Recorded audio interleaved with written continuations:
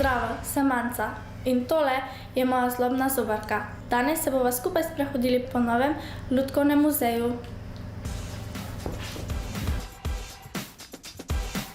Moja zlobna zobarka je namiznoročna lutka. Kakšne pa še lahko najdemo v muzeju? Od ročnih javajk, marionet, maska, sence, lutke iz predmetov, ploske lutke. Mislim, da imamo v glavnem vse take najbolj znane vrste lutk. V naši lutkovni skupini sami izdelujemo lutke in potem z njimi tudi nastopamo.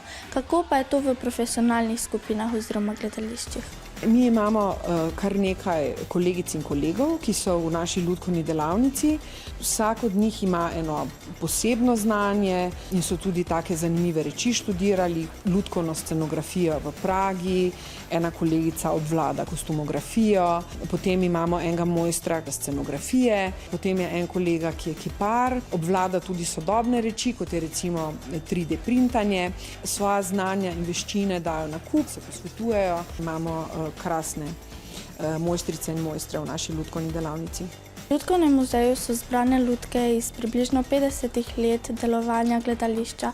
Kdaj pa se je lutkarstvo sploh pojavilo?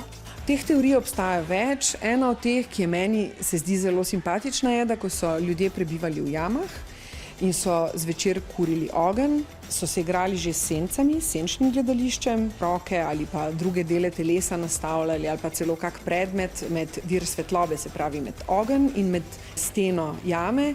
Ta se mi zdi taka romantična ideja o tem, da bi se lahko tako lutkovno gledališče začelo. Kaj mislite, da lutke počnejo, ko se luči ugasnejo?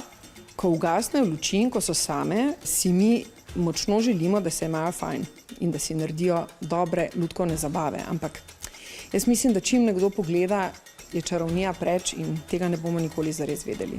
To je to za danes. Z zlobno zobarko sva bili v super družbi. Dobila pa sem tudi veliko idej za našo lutkovno skupino Venčesel. Adijo!